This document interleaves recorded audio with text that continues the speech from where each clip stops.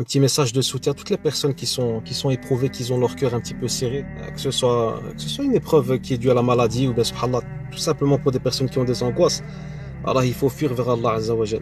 Commence par évoquer Allah. Tu dis Subhanallah, Allahu Akbar, Alhamdulillah. Pour ceux qui ont la possibilité d'aller à la mosquée, aller au jama', aller au masjid, aller à la mosquée. Il faut savoir que toutes les mosquées sont la maison d'Allah Azza wa Jal.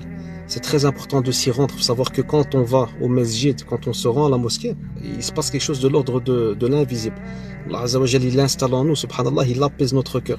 N'est-ce pas par l'évocation d'Allah que les cœurs se tranquillisent. Savoir aussi qu'Allah détient l'état de notre cœur. Ça veut dire que c'est lui qui a ce pouvoir-là d'apaiser notre cœur.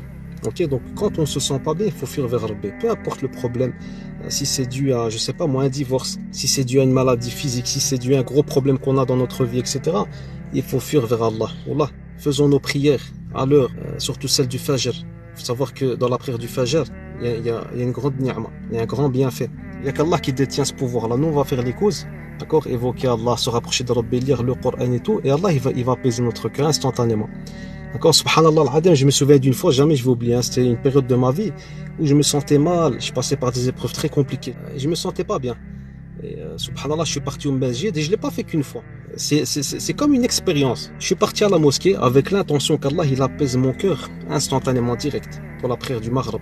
Pendant une demi-heure, je faisais du dhikr. Subhanallah, Allahu Akbar, Alhamdulillah, Man istighfar, astaghfirullah. Et je faisais du dhikr. Et puis on a pris le Maghrib. Pendant les soujouds, pendant les prosternations, je disais, Ya Allah, toi qui es capable de tout. Ya Allah, toi qui dis kun fayakun, sois et c'est. Tu es celui qui peut changer l'état de mon cœur dans la seconde qui suit. Ya Allah, apaise-moi mon cœur maintenant.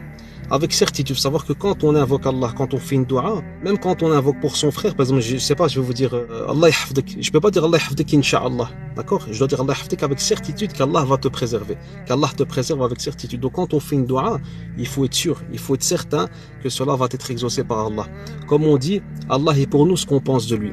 Donc pour en revenir, j'étais à la mosquée, pendant mes prosternations, je disais, Ya Allah, apaise-moi mon cœur, Ya Allah, maintenant. S'il te plaît, je me sens mal, Ya Rabbi, je suis pas bien, je me sens pas bien.